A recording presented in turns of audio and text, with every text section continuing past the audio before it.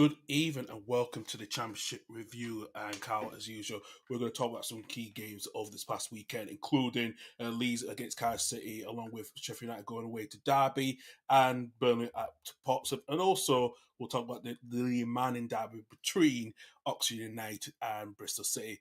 Joining us, as usual, is my sidekicks, Michael and Annie. Good evening to you both. Good evening. How are you doing? Not too bad, even though I'm a bit... I wasn't tired. Do you know, I didn't even drink a lot last night. So when I was my friend's 30th, but I did have to help her a lot because she was a bit worried about getting the party ready. So I helped her to set things up and helped her boyfriend to get the pizzas that she ordered. So it was a bit of a long few hours, but even though I was power walking, I was sweating as hell because I was power walking because I haven't been training properly for a while. So yeah, I got my steps in. So yeah, well, I was going to say, so it's nothing to do with the fact that you're exhausted from celebrating 7 goals. Well, not really. Sorry, Nathan. Oh, God's sake. Yeah, Oh, well, Lord. we'll talk more about that. I wouldn't say exhausted. It depends how it is, how I'm feeling, but I'm not going to lie to you. I was, let's say, a bit amazed about the scoreline. Listen, it's very rare for Leeds and my Scottish team, Hearts, to score 6 plus goals in one day, okay? So Hearts would be Dundee away 6-0. So any point before the end of this season, then happy days. Maybe at Wembley in the playoff final. Who knows? Well, there's still a long way to go. That's a hint. In other words, Sunderland gets second, please. True. Annie, back after your little missing in action, MIA after... Convenient hiatus when Bristol City lose a game. Yeah. You see, the period I've been missing, we've actually been on a pretty decent run. So you can't hold me to the missing in action whilst we've been Let me winning. check Bristol City's result last weekend. Let's have a look. Okay, to be fair, he has got a point. We didn't do one last weekend, but the one before then, when was that? The previous weekend. Oh yeah, they lost 1-0 to Coventry. Oh no, that weekend didn't happen. I don't know why. Oh, did it not? I know, like Michael last week, who didn't want to do it after how Plymouth actually equalised, and you took an excellent. It's good for I didn't do the show last weekend. I would. Let's just say I was absolutely raging, and that result, because Sheffield United won yesterday, still annoys me. The only way it won't annoy me is if we win tomorrow. Are you telling me conceding last-minute equalisers to Plymouth is not normal? You were away, we were at home. You've at least beaten them. Yeah, that's true. He's got a point. Yeah. I'll give him that. Plymouth at home actually aren't too bad. But there's no excuse when you're at home to them not to beat them, regardless of your performance. But hey-ho. Moving on from that. Anyway, we love Plymouth Argyle. Great club. Absolutely. Especially if they beat Sheffield United. Fair point. Right, let's kick off with Friday night's game between the Lancashire Derby between Blackburn and Preston. Blackburn winning 2-1, goals from Gay and Todd Catwell. And Brad Potts scored a consolation in the 93rd minute. Annie, again, Blackburn back to their winning ways. Finally, after the last few games, have been on a bit of a winner's run. Yeah, they've had injury problems for a while now. John Eustace he's not really been completely backed so far this window. There's been rumours of maybe a couple more in before the end. I'm sure they'll desperately need it. They've won, I think, 1 in 7. They lost last weekend at our place, and thought they were okay. Created a number of chances, didn't take them. I think the problem with Blackburn is they've not really got an out-and-out kind of number 9 to kind of back you. I think that there's a lot of teams kind of in that playoff mix without that kind of proper number 9 to bank on. But yeah, they're strong at Ewood. You'd expect them to win a lot of the home games, be competitive in the majority of them. So a good win, a late scare. They probably should have conceded a penalty right at the end as well. So this could have easily been a 2-2 draw, and we're talking about how they've collapsed late on. But I'd say it's a positive result from a Rovers perspective, and keeping that kind of ticking over. And despite this is how crazy this league is and how crazy this playoff race is. They've won 1 in 7. They've won 2 in 8 now.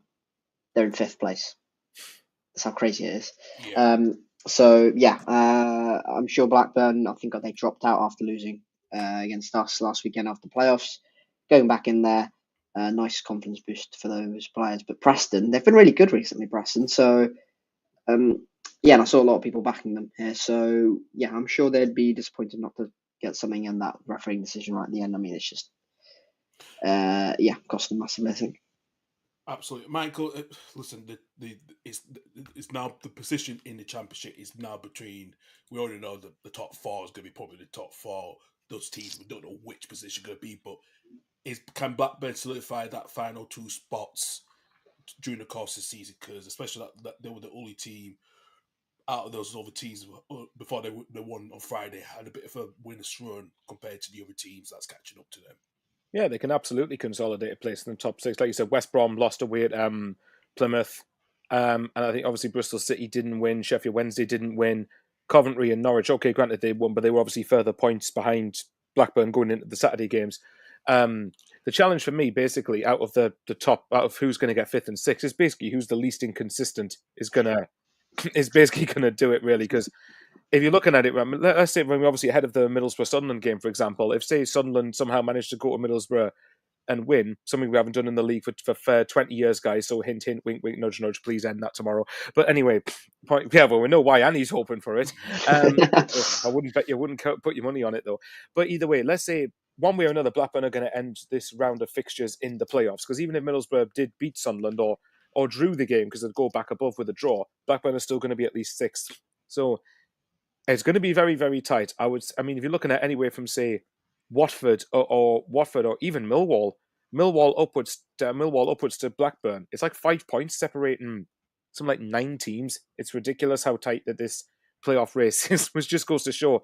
And I was talking to a Coventry fan, funnily enough, and he was saying this is just how inconsistent at best the championship is, because Coventry were nowhere near it not long ago, and then all of a sudden they've gone on a winning run and they're now 3 points off the top 6.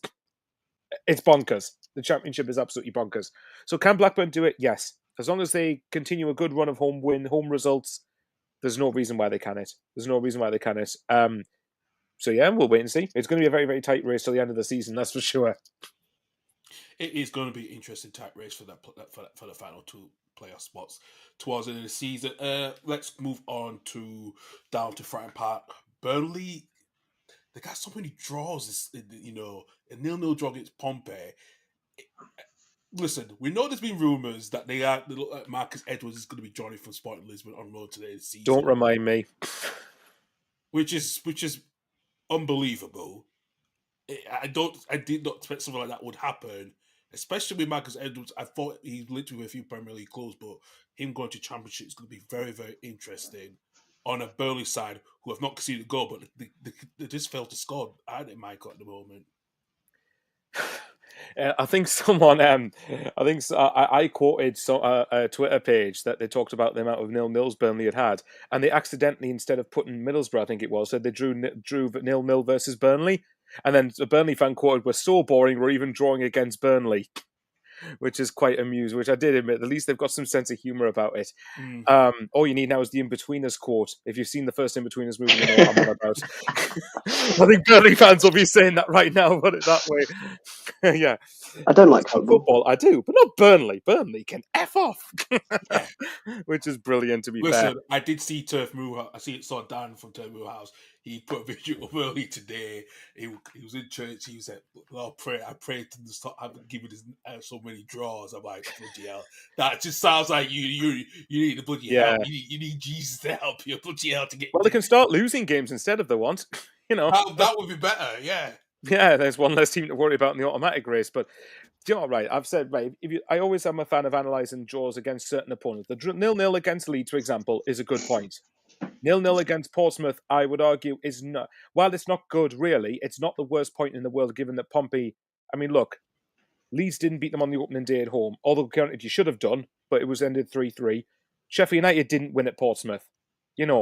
I know we won at Portsmouth, but that was probably at the very start of the season when they were still adapting to the championship. But either way, draws like that aren't the disastrous ones. The ones that are costing them more are like Derby getting away from Turf Moor with a 0-0, QPR at the time when they were bottom of the league, Preston, Stoke.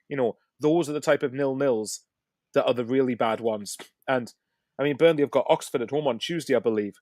Put your mortgage on potentially that finishing a 0-0 because Burnley, if they're competent, should win that game. But would it surprise anybody if Oxford went there and got a 0-0 draw? It's that's what I mean. It's like I would say 0-0 for Burnley against, West Brom away, to be fair to them. Sunderland, Leeds as well. They've won away at Leeds, they've won away at Sheffield United. It just seems to me that Scott Parker, and this is coming from someone who prioritises clean sheets and wants to be really good defensively, even I admit, Scott Parker is prioritising too much on not getting beat. And if they want to be in the playoffs, they'll do enough to get in the playoffs. And they could probably draw their way to promotion, which would be the most Scott Parker Burnley-esque thing ever if that happened. But if you want in top two, you need more than that. But let's not take it away from ourselves. Like, apparently Portsmouth had the better chances from what I saw on the EFL highlights. And James Trafford made a ridiculous double save, didn't he? Yeah, but this is the point. What my worry for Burnley going forward, and yeah, don't get me wrong, I'll caveat this, there's still a day left in the window. This could change. Marcus Edwards might come in and make a big impact, but I would argue with Marcus Edwards, if Burnley are playing like this, how much joy is he really going to get? The joy that he's going to get is, there will be days when he wins them games, possibly, but I think it's going to be quite limited in the way Burnley's set up. So I think, but from Pompey's point of view, to flip it, to give credit, I bet, regardless of Burnley nil-nilling their way at the moment, Pompey fans would have snapped your hand off for that pre-kickoff. So, from Pompey's point of view, yes, they lost to Millwall in midweek, but they're starting to accumulate the extra points at home. And I believe, if I'm right in the table, they're on 30 points.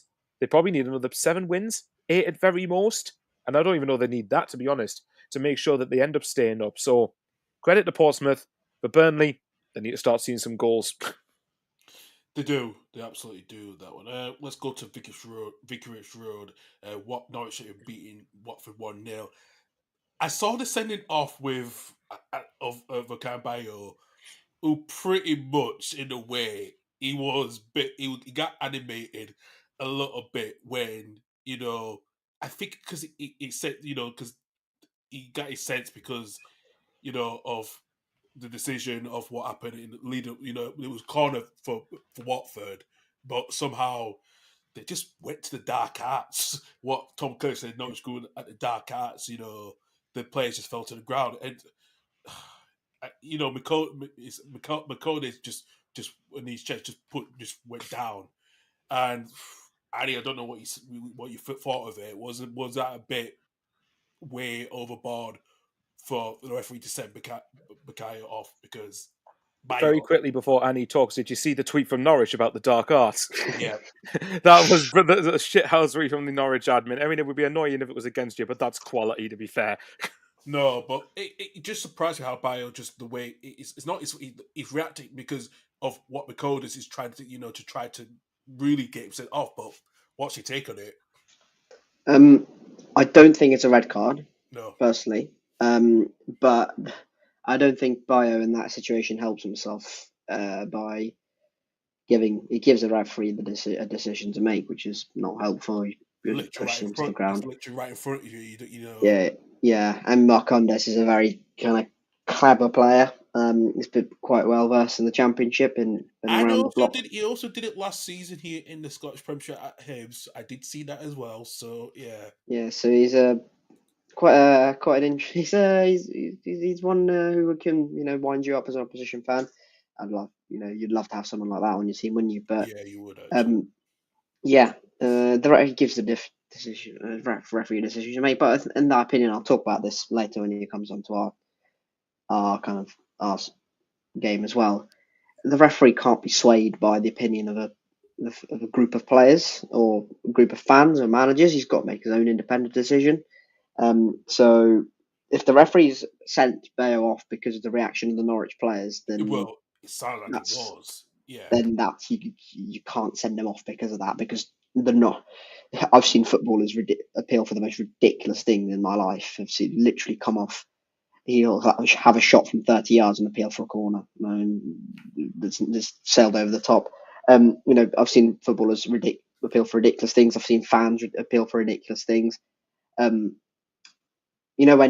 fans like in a corner and the opposition players having a corner and there's a corner, and they'll go like, "Oh, the ball's not on the quadrant," when it's obviously clearly on the quadrant line, and the referee will come over and do stuff like that. So you can't be swayed by a group of biased people. Basically, is what I'm trying to say.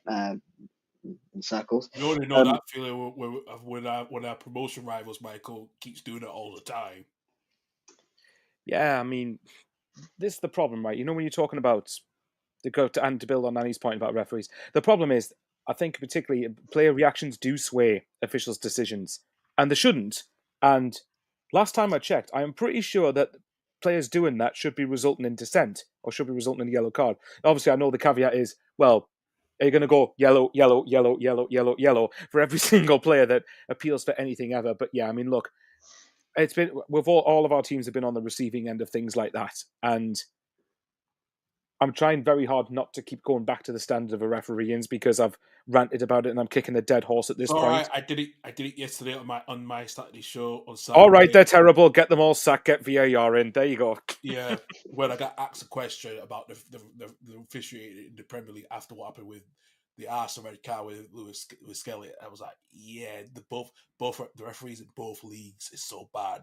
Why compare it? When it's so bad. Let's ignore the referees for a second. It's a great win for Norwich because Watford are really hard to beat at Vicarage Road. A lot of good teams. Sunderland lost there, Middlesbrough lost there, didn't they? Sheffield United won there, but that's Cardiff randomly won there. We went and lost there. So a lot of teams have gone to Vicarage Road and not picked up 3 points. So it's a really important win for Norwich. Keeps them again. It takes them into 8th, I think. It keeps them in real touching distance of real kind of striking distance of the playoffs. And Norwich, they're kind of masters of defense against the dark arts from Harry Potter. Masters of the defense, yeah, the Yeah. professor of the dark arts. Yeah, Severus Snape, and they're also masters of this division. If they get in the playoffs, more than likely they'll try and they'll rat their way into the Premier League is what they normally do. So do not be surprised if Norwich make some sort of late bizarre run to get them into 5th or 6th. No one is surprised, I don't think.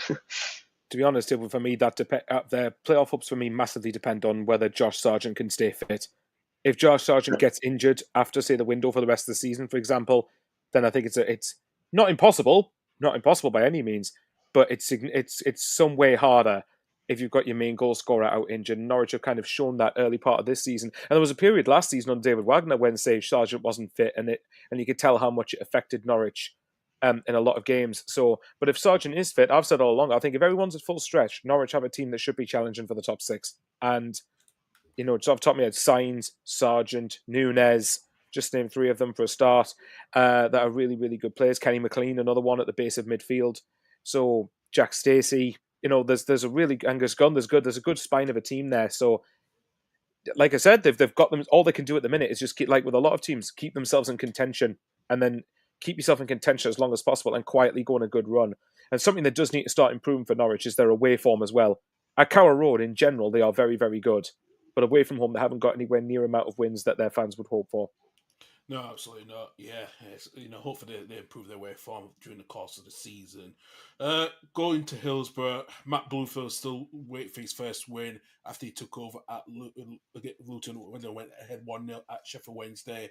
But a goal from Michael Smith to equalise his 7th goal of the season. Michael is a struggling Luton trying to get the win. They're still in the bottom 3. They are. Obviously, look, losing 2 points from winning position is never good, to be fair, but I'll flip this as a positive for Luton. Yeah, okay, Matt Bloomfield said he still hasn't won a game. Is that right? Yeah, not won a game since he's taken over, no. And we play them in 2 games' time.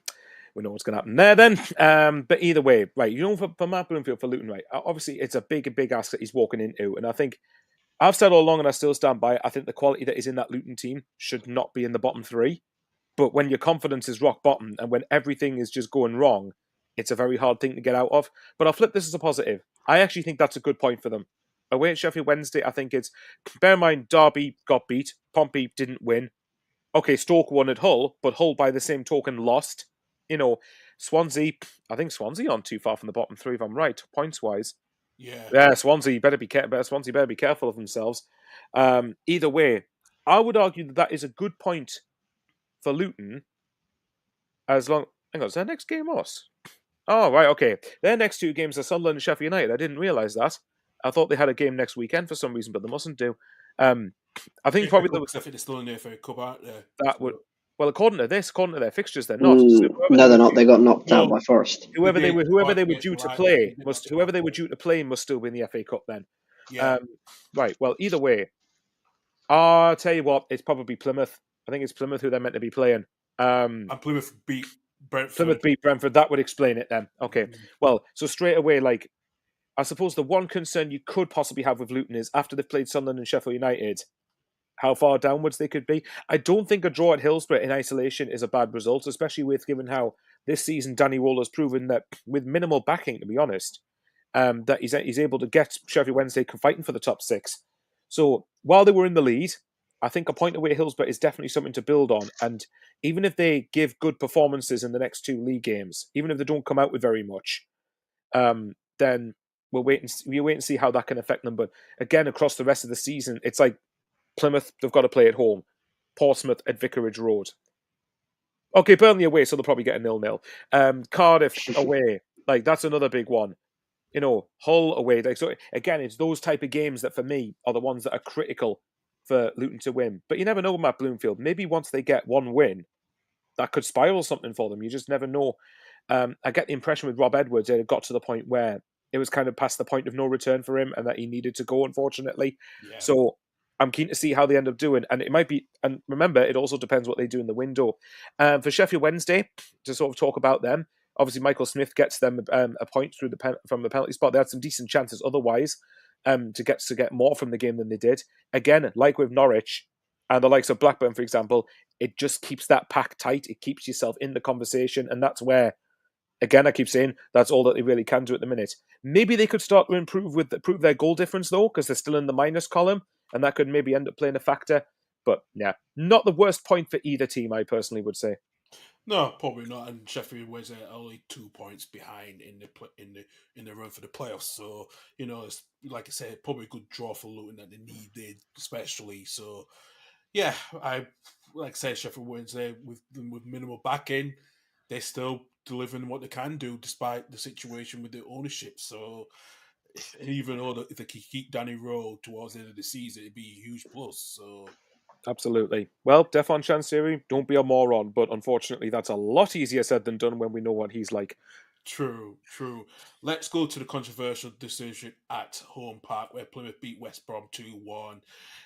Annie, do you think that was a handball when Cardiff's a handball? Because it sounds it wasn't. Even though his arms were in a natural position. Can I guess what Annie's going to say? Yes, it was a handball because it meant West Brom lost and Bristol City closed the gap to them. Took the words right out of my mouth. How did I know it? No, to be fair, it's really harsh, isn't it? I mean, just point blank range. It's put it this way: would VAR give that? Probably. Yeah. Probably. I mean, but it's a really difficult one because because you can see why the referee's given it because it's his hand. It's his hand. But it's like from a millimetre away from him, isn't it? Yeah. You can't get your hand out of the way, can you? And Tony Mowbray mentioned in his post-match interview where he said, "Well, what is the lad meant to do?" And I kind of implore with him, he's not got the reaction time of Flash. He's not going to suddenly just move his hands completely away from. He's a human being. Like that, yeah, exactly. Yeah, and he's not a human being. He's a human being. He's not. He is a human being. I'd hope. And going like that, is like a natural sort of body movement when you're trying to jump for the ball, isn't it? Yeah. So it's really, really harsh, but you can see why. You can see why it's given, unfortunately. And yeah, it's unfortunate for Blackburn, no, for West Brom, because it's meant it's changed the game really. Because after that, all the momentum's with Argyle and Ryan Hardy, and it's resulted in them losing the game from a really strong position away at a ground which was actually pretty happy hunting ground for Argyle, and they've put themselves in a really, really positive position, West Brom, and gone on to lose the game, which is really unfortunate from their perspective. So yeah, I'm sure Tony Mowbray will count himself really unlucky. But now they've got a really big game against Sheffield Wednesday in midweek, I think, or next weekend, Saturday. I think. Next week. week. The Hawthorns, isn't it? Yeah, next Saturday. Yeah. So they've got a massive game, and they've got to put it right. And Hawthorns, how West Brom are at the Hawthorns. They're quite strong. And actually, their next 3 games are, I was going to say they've got Blackburn at home after that, haven't they? Pretty humongous. And they've got Blackburn at home, as you mentioned, and they go to the Den to play Millwall as well, who could, if Millwall keep going on this run, they could, claw themselves into that conversation as well. So, pretty big 3 games for West Brom, and I'm sure they'll want to bank on that home form as much as possible and kind of just write this one off a little bit and go, okay, not great, but they're just they're still integrating into Tony Mowbray's kind of new system as well. Argyle, though, they've kind of closed the gap towards 20. First win in 16 games. That is, yeah. Yeah, when is the last win they had? They had the win against Pompey, wasn't it? I was looking at this before they played West Brom. It was Pompey again on. That was in early November. That I think it was. It was 5th of November. Yeah. When Rooney and that was still there.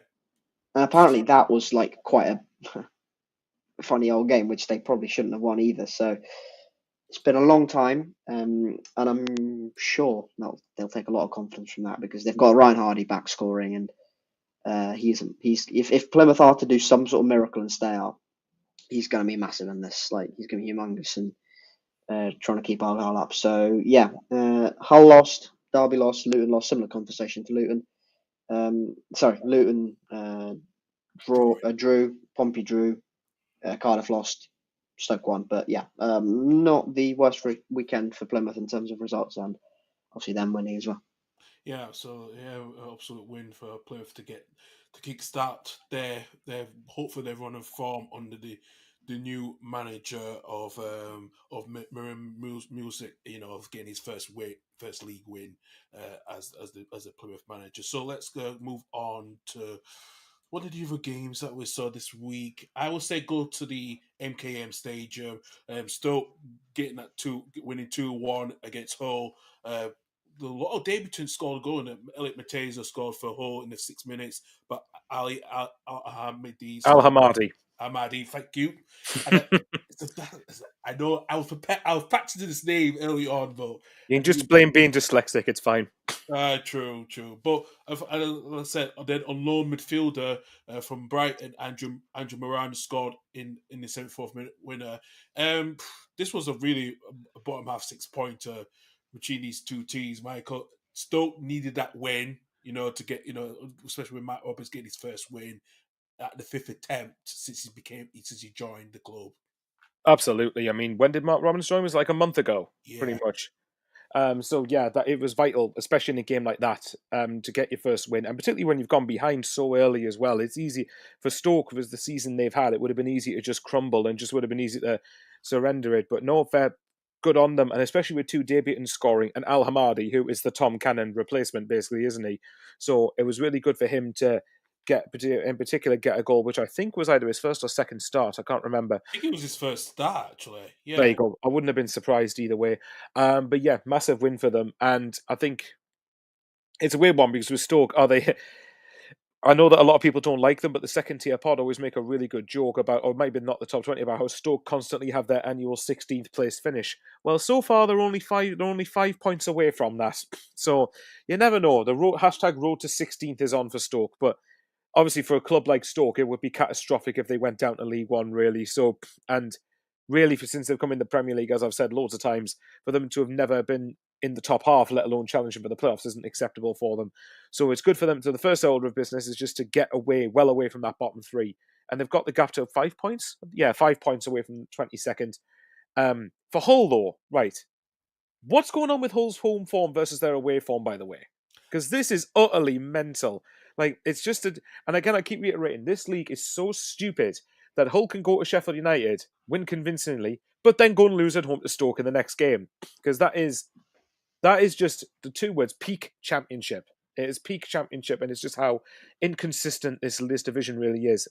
I have my doubts over where I don't think Hull will go down, and Louis Barry, I think, has potential to be a really good signing, but depends how he adapts to... Leeds were linked with him briefly. Both our clubs were, I think. A lot of clubs were. Yeah, so I think with us, with Mundell and Watson, well, if we have Tommy Watson after this window, I don't know, but with Mundell and Watson, at the time he was linked, that probably wasn't a viable option for us. But from Hull's point of view, from Villa's point of view, to go to someone like Hull probably makes sense, because he will get minutes. You would like to think he'll get minutes there, so I don't think Hull will go down. I think Ruben Sellers in general has done a good job since he's gone in. Obviously, it's still very early days, but they need to sort their home form out. They can't just keep on turning up away from home and then not win basically at the MKM Stadium. So, but the good thing from Sellers, at least he's not doing what Tim Walter did. That when you have a corner, you leave 10 players up and leave 1 player behind in defence. And that was Cody Demara who actually made a mistake again this weekend, yesterday. Yeah. I can't believe the Leeds player wanted to have more chances. Now he goes to Hull, he doesn't even do the job that he was supposed to do. So either way, for Stoke, you are right. For Mark Robbins, it's a huge win. For Stoke, it's a huge win. We'll see whether they can kick on from this or not. But I imagine they'll have enough to kick well away from the bottom end of the table. And I think the same with Hull, despite yesterday, but you need to start getting some home wins on the board. Absolutely.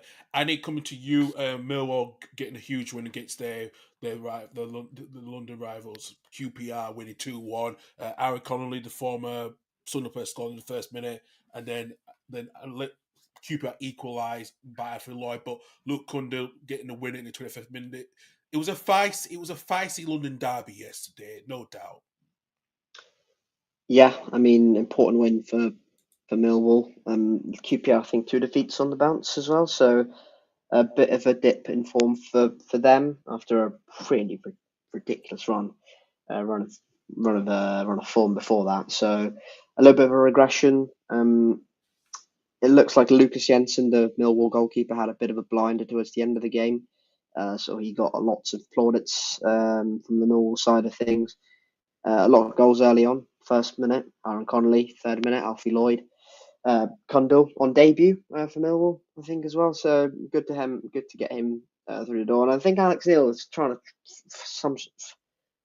strike a balance, isn't he, between kind of Millwall as we know they are, and kind of Millwall what they tried to do under Joe Edwards, which was trying to pass out the back and trying to be kind of be more modern in their kind of approach. But it doesn't really work for Millwall, I don't think, as a club and all the players they've accumulated as the squad there under Rowett and under Harris. So I think Alex Neil kind of finds that nice balance. And typically, I'm sure Michael will back me up on this as well. Alex Neil, when he goes into clubs initially, kind of has a bit of a kind of upwards. Yeah, a little bit of a wobble in his first few games, yeah. And then once his ideas settle in, to be fair, they do. Well, maybe not so much as Stoke, but in general, the outlier is when you have a little wobble at first, and then you start to gradually pick up.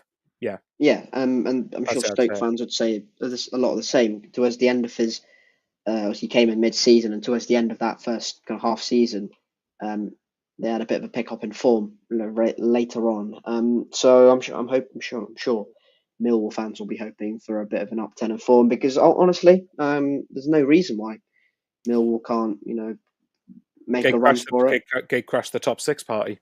Yeah, make a run for it and get in there, or get really, really close to the top 6. They've got the Den behind them. That's a massive factor for, Pompey with Fratton Park, Millwall with the Den, Luton with Kenilworth Road, Sunderland with the Stadium of Light, Leeds with Ellen Road, Sheffield United with Bramall Lane. These are kind of really key kind of fan bases that can get behind teams. And Millwall are one of those unique clubs. If you get the fan base on your side, you're laughing. You're dreading a trip there, aren't you? Yeah, exactly. And they've got a lot. They've still got, we've still got to play them. They've still got, I think, quite a few teams still in the playoff race, still to go to the Den. So they've got an opportunity here to kind of, if they keep this run going, which is obviously going to be hard. They're not going to win every single game for the rest of the season. If they can keep up, higher mid-table form, there's no reason why they can't be within touching distance of the top 6. And we've been having this conversation for a while. There's only 16 games left for a lot of these teams, kind of in and around the top 6, apart from Middlesbrough. We've got 17. So we're kind of getting close to the business end of the season. 6 more games and we'll win the final stretch, in my opinion. So, surely some of these teams are going to find themselves within, too far out of the playoff race. But well, you think so, but it's not happened yet. Weirdly, hasn't it? It's not happened. It's not happened yet. Surely, maybe 2 of these teams win 1 in their next 6, something like that, something stupid like that. But we'll see. We'll find out. But yeah, a massive win for Millwall. QPR, though, they got really close, didn't they, after they won at Hull, and they won 2-1, and then now they've just found themselves 6 points off the playoffs again. And maybe that early season form just has stopped them, making a real run for the playoffs and giving themselves a real opportunity, because their recent form, despite these 2 losses, has been ridiculously good. So, yeah, maybe they found a solution, QPR, but maybe it's just taken a bit too long for that solution to actually come around, and maybe that will be the reason between them, making a real top 6 charge and not. But that could still change. The gap is still 6 points. They could win 2 of their next 3, and they'd still be probably 2 wins, 1 draw in the next 3, and they'd probably the league flips. The league flips, doesn't it? So it's crazy. So we'll see. A quick point on Millwall before we move on to the next game. I'll keep this very brief. Despite my feelings on Lord Voldemort being in charge of Millwall, I do think that, being serious, right, if I take my feelings out of him, it's also an appointment that I actually think would go really well at Millwall as well. And I think it's one that I would not be surprised. And I said at the start, I wouldn't be surprised if Alex Neil actually does really well there, because it's straight talking, on no nonsense honesty. I think it's something Millwall fans would appreciate, and I think how he is quite what's the word I'm looking for? There's a word in my head for this, and I keep on. It's one where you sort of pragmatic. That's it. Pragmatic, that was the word. Yeah. I think he's quite pragmatic in the sense that he sort of, well, 1, chases the money down. No, I'm joking. 2, I think if you look at him, he's pragmatic in the sense of how he sets up, and I think Alex Neil could turn Millwall into more of a fortress. And if you actually look at it, to be fair, and you've got to give Neil Harris credit for this, because all the top 4 have gone to the Den. Only Sheffield United managed to win there. So that says a lot about how strong they can be at the Den. And they've got these couple of wins that have started to really, I think it's 3 wins on the spin, I think, now. Yeah. They've managed to propel themselves well away from the battle at the bottom, but even then it would have been a really long shot for them to get relegated. So yeah, I don't think they'll be consistently good enough to get into the top 6, but while it's only 4 points, who's to say they can't? Absolutely. We could talk on one, but one of the other teams that is getting to the playoff is Coventry winning 2-0. That's what says, what a goal from Brandon. I was going to say Thomas Asante. Yeah. It's one of the goals of the season. Yeah, Coventry, that's definitely goal of the season. And also, for Swansea, it's worrying times because Luke Williams have only taken 1 point from 6 games since the start of the year. Yeah, it's bad at Swansea, isn't it? It's really, really, really poor. First of all, you got to give credit to Coventry, and I'm glad to see Ellis Sims score again, because I've seen a lot of people, but some of our fans somehow still think that he was crap. Don't understand it. Do not get it at all. I mean, he won't want me reminding him of this, but his debut when we played Bristol City in our first year back. Yeah, just put your fingers in your ears for this one. No, that game he was really good, and I think, look, he's not the flashiest player in the world, but if you give him the right service, he scores for you. And I don't get how that makes you a crap player. I really don't. But either way, good for him to score. But Thomas Asante, that's the pick of the weekend, definitely. And it'll be easy. If that's not in the contender for goal of the season at the end, I will be astonished. They would have to take some special strikes in order to beat that.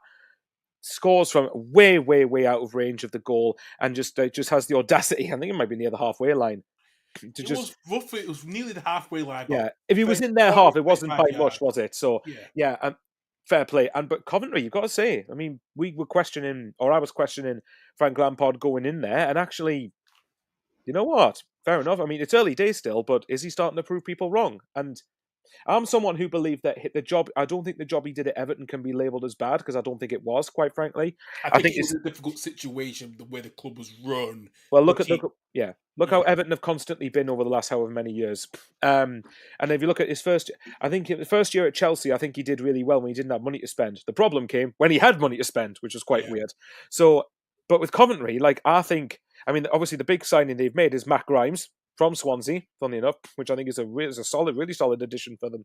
He's only missed not a lot of games over the last couple of years. He's been more injury free for the years at Swansea, which was a bit surprising when I looked at his stats. I thought he's been in 30,000 plus minutes. He's only missed 2, 3. Yeah, I think Ben Sheaf's out for a bit, isn't he? So I think that's a really, really good signing for Swansea to keep him fit. I mean, the caveat is we signed Alan Brown, and apparently he was very good with injuries. Now he's had a long-term injury and been injured a couple of times since he's been here. So that says a lot about our medical team more than anything. It does anything else probably.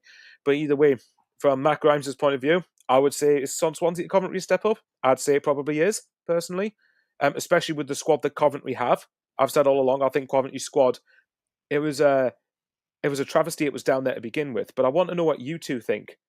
Do you reckon now that Doug King, I think Doug King's their owner, isn't it? Yeah. Coventry's owner. Do you think maybe that he might feel a little bit vindicated in getting rid of Robbins? Because at the time, it was slated. But if you take the emotion out of it and how well he did for them, and he did do well, but very well, in fact, But taking emotion out of it, I'm starting to wonder if it looks like the right decision. Long term, time will tell. Yeah, time will tell. But I think I'm leaning towards. I think it's been vindicated in a way. Lean towards it, not much, but I'm leaning towards it. Yeah, it's still too early to definitively say one way or another. But I would say there's a case for him to be the right decision. What do you think, Annie? I've seen a lot of talk on Twitter on this. I've seen a lot of kind of revisionism on Frank Lampard. He's won 4 games in a row, and there's no disrespect to Frank Lampard. A lot of managers have won 4 games in a row in the Championship, and then are not very good. They're not very good managers.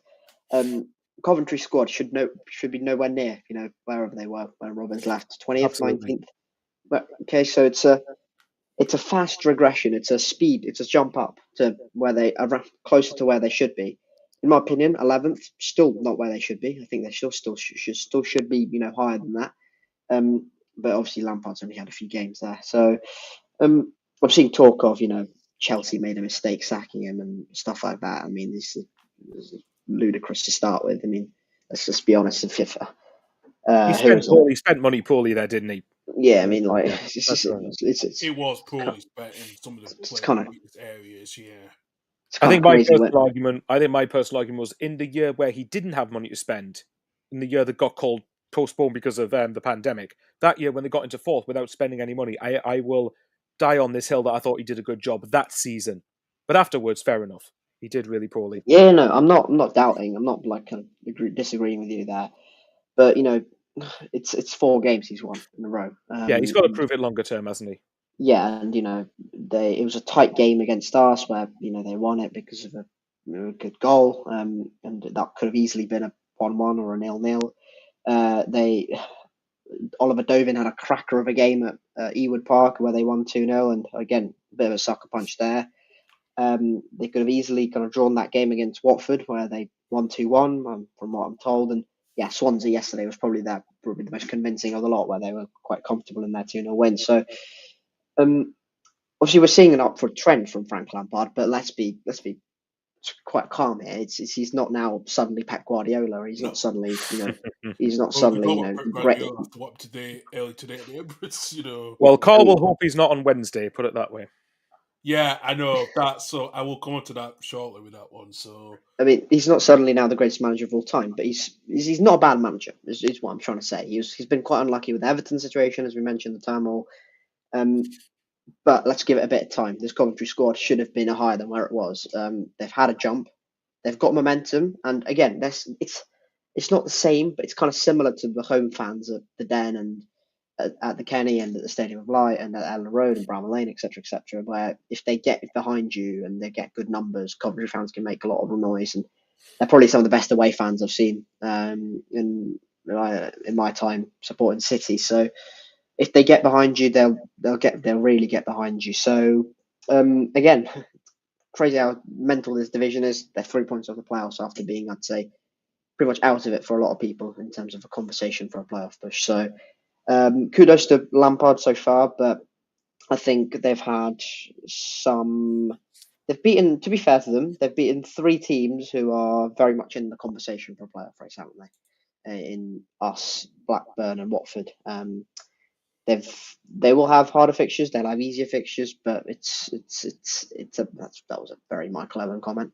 But they'll have we'll see how they are for the longer term, because this squad has also been accused of down tooling against what the greatest manager Coventry City has ever seen. So who's to know that they won't down tool against Frank Lampard if things don't start going wrong. But yeah, I'm not saying Lampard is a bad manager or he's doing a bad job, or no, I get the point you're making. You're kind of saying that we need to see if he's going to do it over a longer longevity sort of period. Yeah, I think to be fair, that 5 of their next 8 games in the Championship are at the CBS. So, but obviously they've still got Leeds to come to CBS. They've got Burnley to come there. Although to be fair, Burnley, they probably win that, to be fair.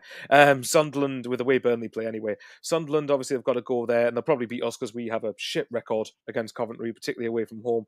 But either way, this is where I think this run's going to determine it. I think Leeds, it's not a free hit, but it's a one where you wouldn't expect them to win it, put it that way. I could see Coventry possibly getting a point, And I think for Leeds, I think a point away Coventry wouldn't be the worst result in the world. At Coventry, I mean. I don't think it's the worst of it. Obviously, at home, it's different. At Ellen Road, you'd expect Leeds, and you did beat them comfortably. But like after Leeds, QPR, Sheff Wed, Preston, Oxford, Stoke, Derby. Like, I think we'll see where we are after they've played those games. Yeah, absolutely. As well, we've got 3 games. Let's go. Michael, let's go into this briefly to Bright Park. Sheffield United winning 1-0. You know how happy I was with this result. Well, that's why I came to you first. Yeah. Cheers, mate. Twat. Well, actually, no. We have to leave our 2 teams. That's true. Fair enough. Okay, right. I'll say this. I'll caveat this. I didn't watch the whole game, but I watched probably the last hour. I think Derby should have got something out of it, and I think they were. To be fair to Sheffield United, I'll give them this. They're backing up my point about that if you're solid defensively, it makes a big, big difference, and it does. Derby, I don't know if you saw the free header that Matt Clark had right at the very end. Mm-hmm. That should have been a goal. That should have been 1-1. But when you've got someone like Michael Cooper in the net, it's just how you can manage these games. And obviously 2 of their January recruits came in and combined for the winning goal, Tom Cannon and Ben Brereton Diaz. I think from Derby, look, for Sheffield United, it's obviously a big weekend for them because there's a good chance Sunderland will not win at Middlesbrough tomorrow, although hopefully we do. But even if let's say we do win at Middlesbrough, for example, they've gained points on Burnley. They've gone a couple of points extra clear of Burnley. I've seen that. Hopefully, it will make you happy come 10 o'clock tomorrow night. But either way, though, like for Sheffield United, they've still kept themselves in second. They're still in the driving seat at the minute. It's a really good. There's a game they had to win if you want to be in the top 2, and they have done that.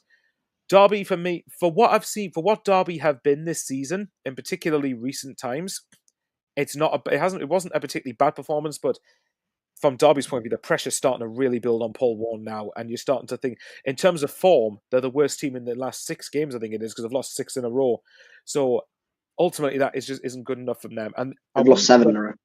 Oh, 7, sorry. Well, I don't know if they will lost. I must have lost in the FA Cup, but you know what? Right, for what I would say is, I think for Derby, do you wonder if they peaked early on in the season and they're regressing gradually to the level we kind of expected them to be? And I've said all along how big a season this is for Paul Horne because he needs to prove that he can keep a team in the Championship. No doubt he's a competent League One manager, but I'd imagine he'll want to get away from that label and be known as someone who can step up to Championship level. But so far at the minute, it's not doing his cause. Now, to be fair, they've just sold one of their main players to Brighton, I believe, for 10 million. Yeah. So if they don't reinvest that money, they could be screwed. To be fair, Michael, they already have. They've spent 4 million on a new recruit from a new centre back from Norway, I believe. Viking, I saw that today. Yeah. Obviously, they signed Matt Clark, didn't they, from Borough? Yeah, so they've signed 2. To be fair, Curtis Nelson is out for the season, so they've had loads of injuries. Yeah, that's a fair point. And Kane Wilson got injured, didn't he? Yeah, that's unfortunate. I really like Kane Wilson. So yeah, they've had lots of injury problems. I remember that. I think it was the Sunderland game, wasn't it? Where they had the Sunderland game where they had Ibu Adams, Craig Forsyth, Craig Elder, Callum Elder at centre back as a back 3 with Caden Jackson playing right wing back and Caden Wilson playing left wing back. Yeah, when you're reading that alone, it makes it sound ridiculous, isn't it? Crazy. They had no centre backs, did they? No centre backs at all. That was It was just mental. So Paul Horne's had a lot to deal with in terms of injuries, but they've, as you said, Clark has signed, and the new centre back whose name is Sondre Klingen Langas has signed as well for a lot of money. They're getting Nat Phillips back as well, so that's a solid enough back 3. Yeah. So hopefully from that, their home form is completely gone, hasn't it? Like their home form is gone. And did we not say if Derby's home form regresses, they're going to be in trouble. We did. And it's completely gone. They've lost. Obviously, they lost this one at home. They lost against Sunderland at home, Watford at home. They lost against Leeds at home. And the last win was against West Brom, which was, again, a tight game. So, their home form is gone, really. And you cannot be losing that many games at home if you're down there, because this is a championship season where not a lot of teams are winning away games. And if you're going to be good at somewhere, you've got to be good at home. It's a nightmare situation for Paul Horne. But because they've signed this player for like 4 million quid or whatever it was, it shows the money. It's huge pressure for Derby. It's a lot of money, definitely. Over how they've been recently, And it shows David Clowes is a backing Paul Warne. So I don't think Paul Warne is in too much danger of being sacked. I don't think at the moment, anyway. So yeah, there's loads of pressure on him, and I think there were like incredible boos at some of the decisions Paul Warne made during the game. There yesterday. was, yeah, I saw the tweets, yeah. But yeah, who have they got next? They've got Norwich away, which is really tricky, isn't it? But then they've got Oxford away, which is pretty humongous. That's the return of Gary Rowett there. QPR away, Millwall at home, Middlesbrough away. It doesn't necessarily get too much easier for me. So yeah, I think that gets tough. Yeah, if you're looking at, I mean, again, I'm just trying to pick a handful of derbies games like Oxford, for example, at home. Then you've got, say, Plymouth away, Preston they face at Pride Park, Swansea away, Portsmouth away, Luton at home, Hull away, Stoke at home. They have still got a number of games that are the ones that games like yesterday don't determine if they stay up. Basically, is what I'm trying to say. Games like yesterday, Derby wouldn't have expected anything out of. The games I've just listed are ones where you would be more expectant of them to get something out of. I'll say quickly before we move on to your last two games. The signing they made is Salvesen. They made the tall Swedish guy. I think he's Swedish. He's got a nice blonde ponytail for some reason. I don't know why it impresses me so much. But either way, naming people for you. That's what. No comment. No. But I'll say against us, just of what I've watched of him, he was very promising. I think Salvesen could be if that's anything to go by, he could be a real threat for Derby. And if they get the best out of him, and he's a focal point for them, he's good in the air. I wouldn't be surprised if he scores a fair few headed goals. So I think get him as a focal point. That will definitely help their chances of staying up. But for Sheffield United, by the way, crucial win for them. Yeah, crucial win for the Blades after the loss to Hull last weekend. Annie, let's get to your team. Well, what interesting in the Liam Manning derby. You drew 1-1, but two players said, "Oh, bloody hell!" Give me your reaction to it. Come on, let's hear it. I think it feels like a 1-1 win. Is what it feels like. It's like, I mean, it's just crazy. I mean, there are a lot of unknowns in this division, but but the fact that the referees are just so bad, it's just consistent. There are some good referees out there, but yeah, Oliver Langford made a few interesting calls yesterday. Put it this way. I mean, the first red card, minute 31. Initially, when Joe Williams goes in, and have you seen the red card? Yeah, we've seen. Yeah, I've seen it. Yeah. Yeah. When Joe Williams goes diving in, you're going, what the absolute are you doing? Yeah. But then you see the replay, and he's going, it's not a great tackle, but it's not a red card. And then you see the referee. It was not like a 2-footed as what people. Yeah. Yeah, he looks like he's gone in 2-footed, but he's kind of it's a weird looking tackle because he's kind of put one leg behind him and then put one leg ahead of him. What are you supposed to do with it? What are you supposed to do? Back out of it. Yeah, it's a weird tackle. And Joe Williams after that is like smiling, and he's been pulled away by Rob Dickey, and he's like, "Yeah, I saw the smile. Do not do anything. Do not say anything, Joe. Do not say anything at all." And just don't say a word. Yeah. But right after the tackle, the entire Oxford team just crowd around Langford. It was a bit. I was going to ask you about that. What we said earlier about Norwich crowding around the referee. Yeah. They did exactly that. Now I have no problems with that because you're professional footballers. You're trying to gain an advantage, right? And ultimately you just have to manipulate one person to gain that advantage, pretty massive advantage as well.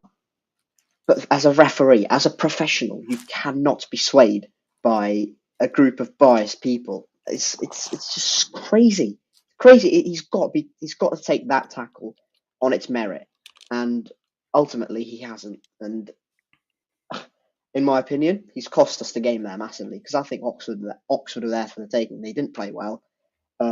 We didn't play much better, but I thought we were getting in behind them quite a bit. We had some chances to kind of open the scoring. And then obviously after that, you're kind of going, right, it becomes Gary Rowett mentioned this in his post-match interview as well, where he said, as soon as that red card happens, it's very clear what Bristol City are going to do. We're going to sit in. We're trying to take a point here. Yeah. Anything more than a point is some sort of miracle. Oxford didn't create much in the first half, goes to half time. You're going, okay, let's reset. And then bizarre double substitution, it felt like, from Liam Manning at half-time. Sinclair Armstrong comes on for Naki Wells. Sinclair Armstrong, a bit of pace, bit of kind of energy, bit of athleticism, bit of physicality, bit of running power, but get him in. Okay, that makes a little bit of sense. But he takes out Scott Twine, and Scott Twine is probably our most creative kind of outlet in the team, and set pieces as well are going to be massive, aren't they? When you're down to 10 men, and capitalising on them are going to be crucial. Taking him out just felt a bit weird, but Max Bird was all right. And then Oxford score from a really just, I don't want to say it, but it's just jammy, isn't it? It's just so. It's so weird. It's a cross-come shot. Rob Dickey doesn't deal with it. And normally Rob Dickey's a master of clearing, balls into the box. I was thinking, why did he not clear it? Because he was like, "Oh, it's going to go wide," wasn't he? Is that what was he thinking?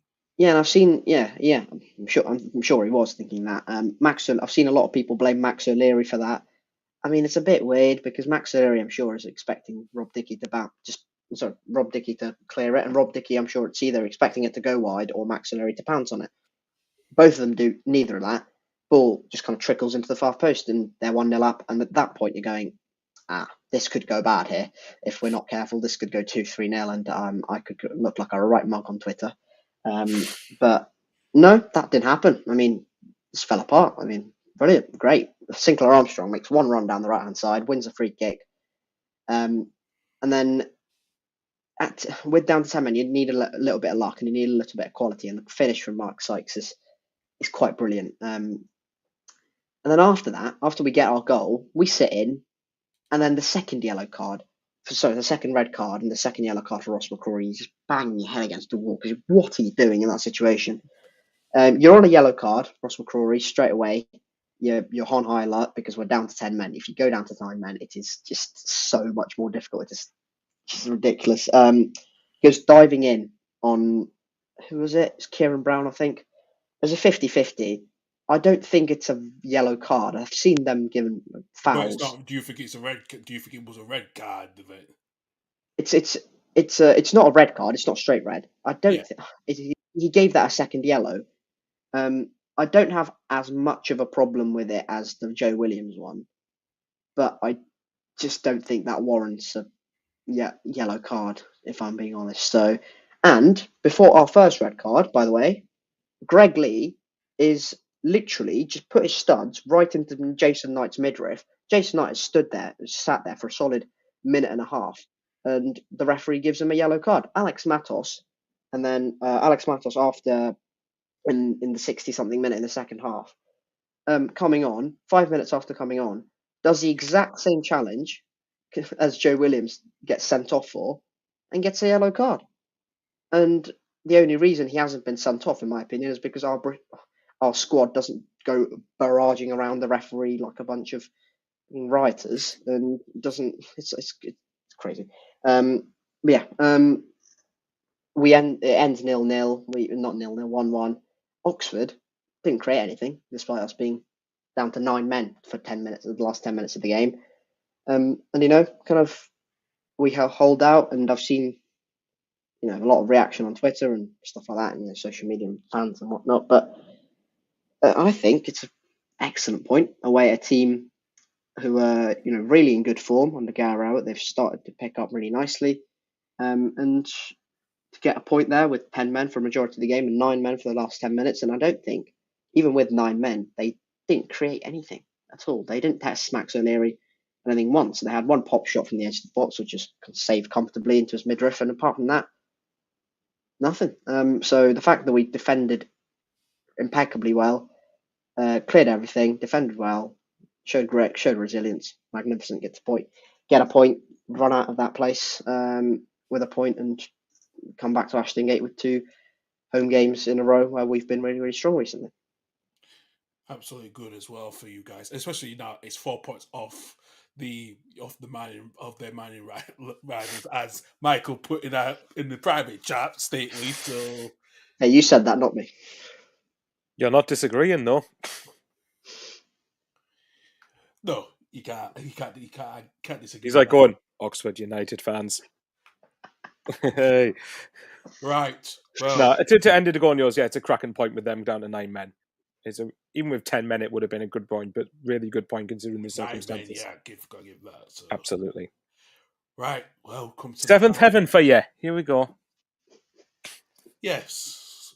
Well, as I said, didn't expect to have it to be seventh heaven for Leeds, but that's a first at least score 7 goals since 1972 when we beat Southampton 7-0 a long time ago. But boy, I have to say, we bloody give Cardiff a huge drubbing. They only had 2 shots.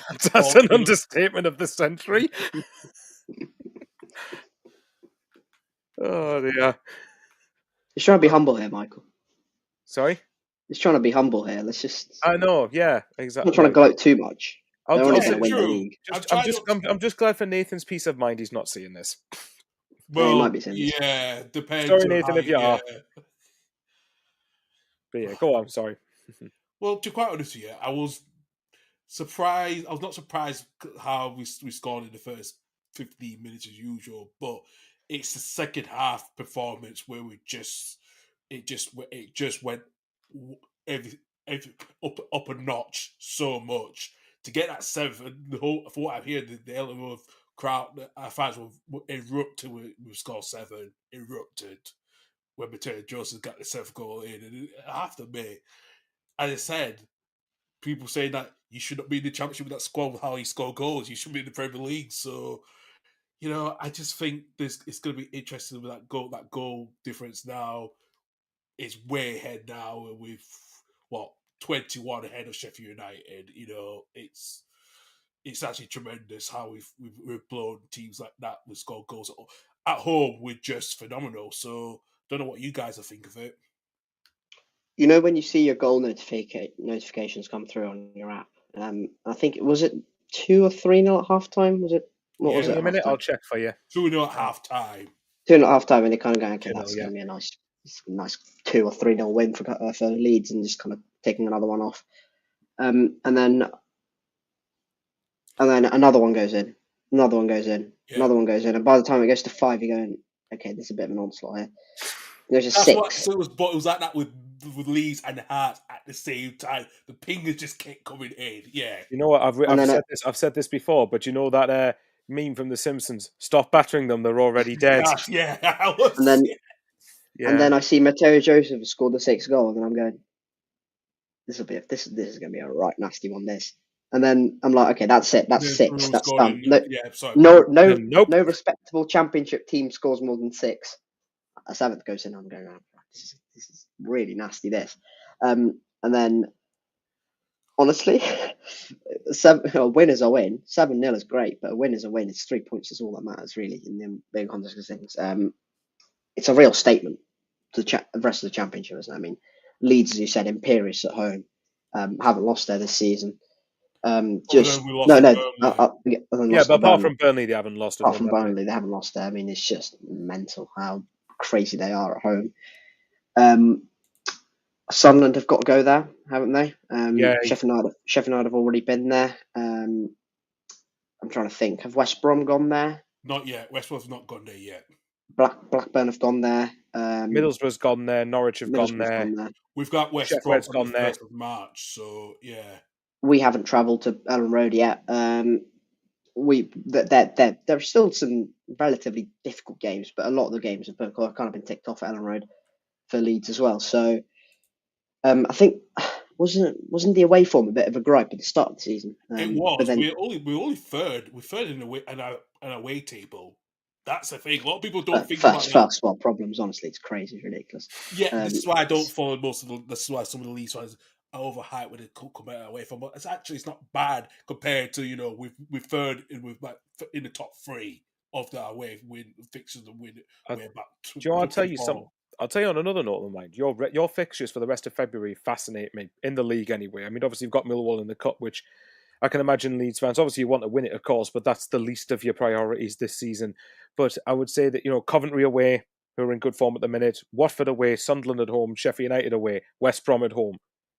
I guess what I'm trying to say, I like I've said before, I've been consistent in saying that you guys should win the league, and I think we'll, despite the thing around Melier, despite that, I've said I think for every howler that he makes 2 or 3 really good saves, if you know what I mean. Yeah. I think it's just the howlers that get the attention. I think the goalkeeping discussion, transfer stuff is died down completely. But that's it. And obviously, for fan bases like, say, Leeds or Sunderland, for example, the pressure's kind of, especially in Leeds' case, being a parachute club, that it's heightened, isn't it, tenfold because of the size of the fan bases and everything. But the point what I was going to make was, if you're in a cracking, and there's no reason to say you won't be, if you're in a cracking position after, say, West Brom at home, then without being arrogant, would it be almost a foregone conclusion, providing Leeds are consistent as to when they will get automatic promotion, as opposed to if?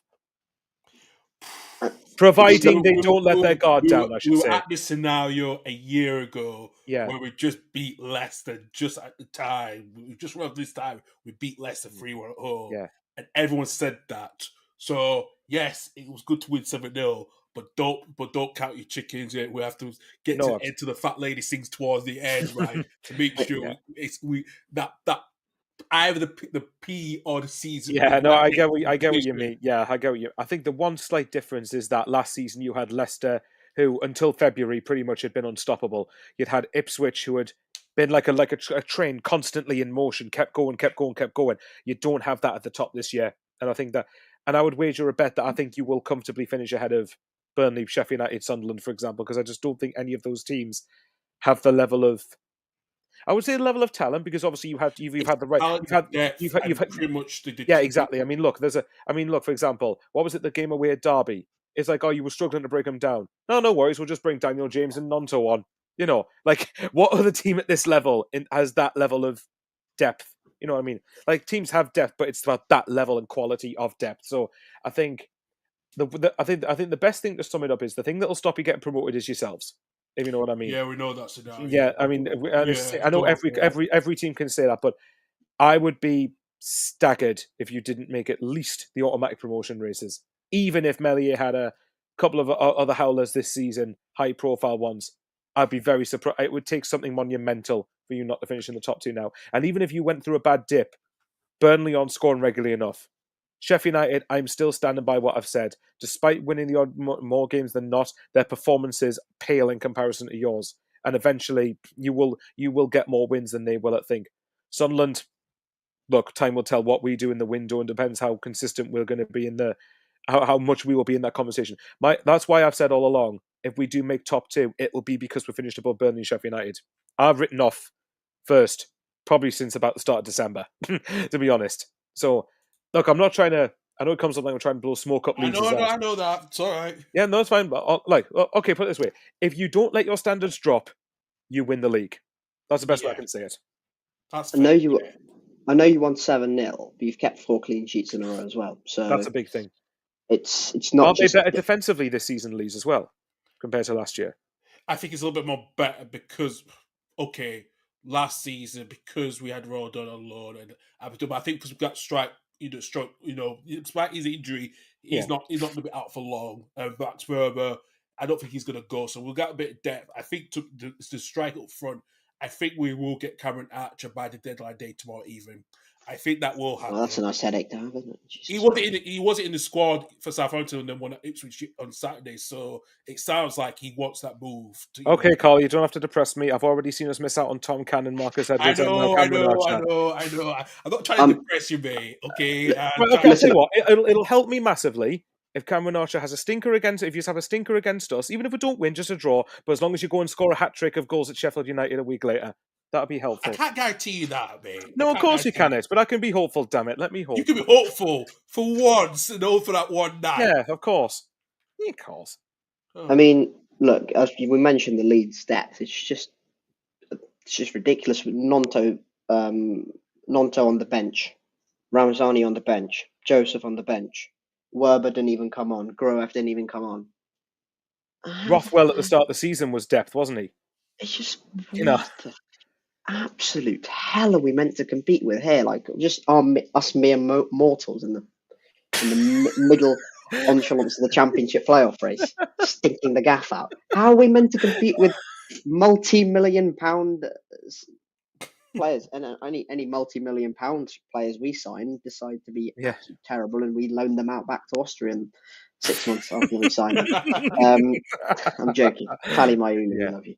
But yeah, no, it's right, just crazy. Yeah. I mean, I agree with Michael. I mean, 5 points clear of third place Burnley at the moment. They're not exactly lighting any bonfire nights. No. I was going to say what's the word? Planting any trees? They're not pulling up any trees. Pulling up any trees. That's the one. They're kind of meh. They were a really good side. They're there for a reason. And I saw a stat. I heard a stat from Benjamin Bloom. It was Leeds are the only team above 2 points per game in the Championship. That's all we said. We always said 2 points per game. No, that's sorry. We need to get promoted. They're one of two. Sheffield United are above 2 points per game at the minute. Yeah, top two. Yeah, top two. Nobody below that is. Nobody below that is. I mean, it's just we'll see what Sunderland do.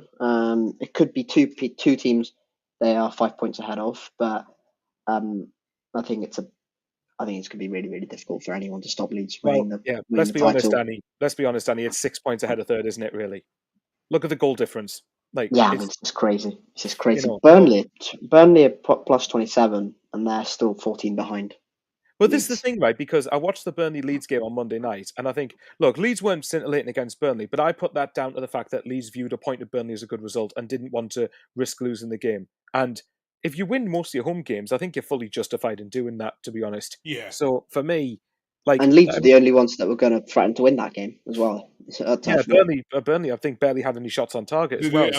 We did until we got more shots in the last 10 minutes of the game, at least. So it was just. But the point's better for you than it was for Burnley, though, wasn't it? I think it's fair to say that. So I think either way, when I look at that, I watch that game and I go, "How the hell did Burnley take 4 points off Leeds? This is utterly ridiculous." I mean, I'm pretty sure that you told me that the game at your place, it was literally Burnley got a goal, smash and grab, Leeds missed a hatful of chances, and then it was pretty much Burnley had to really fight and come out battered, bloodied, and bruised. So that's what I'm thinking when we're going to go to Ellen Road. I do think we're good enough to at least cause Leeds a few problems, but boy, I'm not expecting to go there and have the ball, put it that way. I'm expecting, if we come out of there with anything, I think I'll be quite happy with it, put it that way. Oh my God, are we Leeds' last home game? Yes, you are. I think you are. That's going to be a right bloodbath as well. Jesus Christ. You are. Don't worry, Leeds will have already confirmed the title by then, and you'll be all right. Oh yeah, please. If we're in a playoff race and you have already one promotion or something, just give us the 3 points. No, I'll tell you what. Leeds' last home game is actually against you guys, and then our last game is at Plymouth. So with you guys, will you be our last home game with you? Yeah. Well, like I said, I've got that face that Annie's got for when they go to Sheffield United. I literally need Leeds to win that game. Play your kids. Please. What Annie's hoping for really is that Bristol City are going to be 7 points clear of 7th by the time you go to Ellen Road, because then with 2 games left, you're already in the playoffs. And you're like, right, it's fine.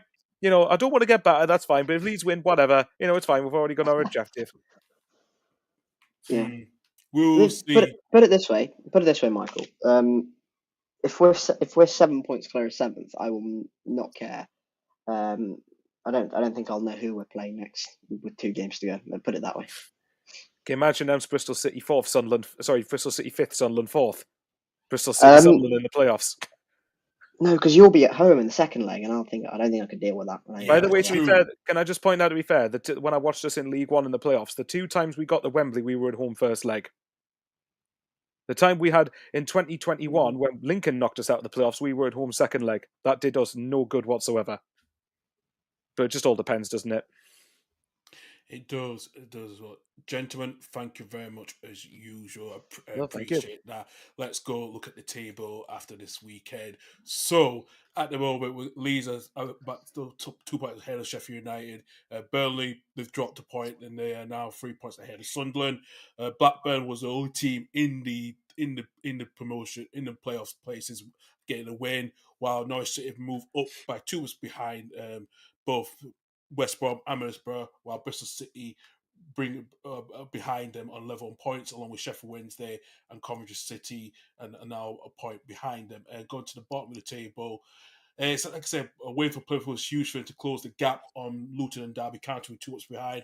Hull are still, even though despite the loss, they're still above the relegation zone, while Stoke City was the only team in the bottoms, along with other than Plymouth, the bottom six of the Plymouth, to get a win as well.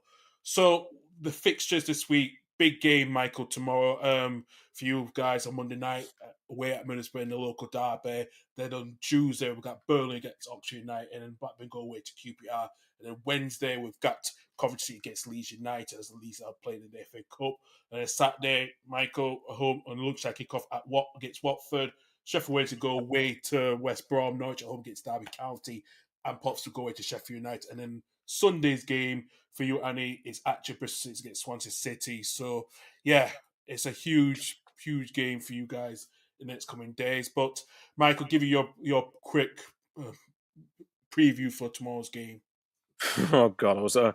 Right, okay. I would say that it's going to be a big game. It's obviously a big one because we haven't won away at Middlesbrough in the league since September 2005, because I was sad enough to check that stat. It's going to be a very tough game. Middlesbrough, I think, are very good going forward. I think they're the second or third highest scoring team in the league, so I'm under no illusions how tough it's going to be. But the way I'm kind of looking at it, and I hope Annie knows what I mean when I say this, if Bristol City are capable of going and getting a result there, then Sunderland are. It's obviously not as simple as that, because you've got to go out and actually do it. And I think the difference is Middlesbrough really hate us. In fact, I would go as far to say Leeds are probably the only other team that would come close to their level of dislike as what they do for Sunderland. So it's difficult. If we can go there and win, monumentous.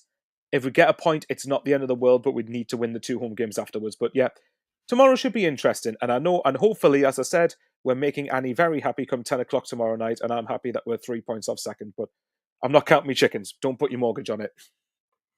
Fair enough, then. Fair enough. Annie, anything you want to say? Hopefully, headed towards game, can you see something getting a win, or do you think Middlesbrough just going to edge it? All I will say is up the Mackhams. We'll see, Annie. I think we're going to need any bit of luck we can get away at Middlesbrough. It's one of those teams that I think if we set up just to sit back, I'll be annoyed. I'm obviously expecting Middlesbrough Michael, we did that. We did that at the Roadside. It worked to perfection. Yeah, that is true, but I think Middlesbrough will be more up for this. I think Middlesbrough will be more up for this game because it's Sunderland. Otherwise, I think. But I get the point you're making. Like, I think, but I will say is Borough, you can get at them defensively. I don't rate Borough as much at the back, and I think Sunderland have players that can definitely hurt Middlesbrough. So, but I have faith in Regis Labrie. He does. He's tactically, in general, he's tactically okay. So, Middlesbrough also have it in to gift opposition goals as they did against Preston last weekend. Well, let's hope they do that a few times tomorrow. No, and if we could do with the referee not giving them every major decision. Let's just put it that way. Because there's been a couple. There was the game last season when we lost 4-0 at home because Dan Neil got sent off because swear word. So, yeah, if we can avoid something like if we can avoid a retarded referee, then that our officials that would help. Unless it's in our favour, then go for it. Well, we'll see tomorrow night. Big game, though. Big game, definitely. Tomorrow night on the last day of the transfer window. Gentlemen, thank you very much as always. We'll hopefully, next weekend. I know it's a short fixture, but I will let you guys take over the reins on my stream so you guys can do what you want on next Sunday. You do realise if Bristol City don't win, I'm probably going to be doing that on my own, right? Well, I'm gone. If we don't beat Swansea at home, I'm I know you are. So we're back to sport, and then we'll see how it goes next Saturday. I'll beg someone to come on with us. It's fine. Fair enough then. Come on, Ant. Just come on, Ant, and just laugh at Coventry losing to Leeds or something. Yeah, you know. I know. A 5-0 Cov. Hey, that social life back, especially Ant not back. If Ant was here right now, he'd probably say, "Well, yeah, I'm looking." Oh, look, and suddenly, mysteriously reappeared next season. Where's that come from? And me, I'll be chilling in my living room watching NFL Sunday nights and just not worry about things. Having a drink, just Netflix and chill, quite literally. Yeah, exactly. Well, next weekend is a Super Bowl next weekend, so so my Sundays are available until the end of the season, depending on where we are. So, oh God, oh my God. Okay. Yeah, there's time to end it. Yeah. I will tag you. Don't worry about that. I already planned that. So yeah, that's fine. You two are happy. Leeds won 7-0.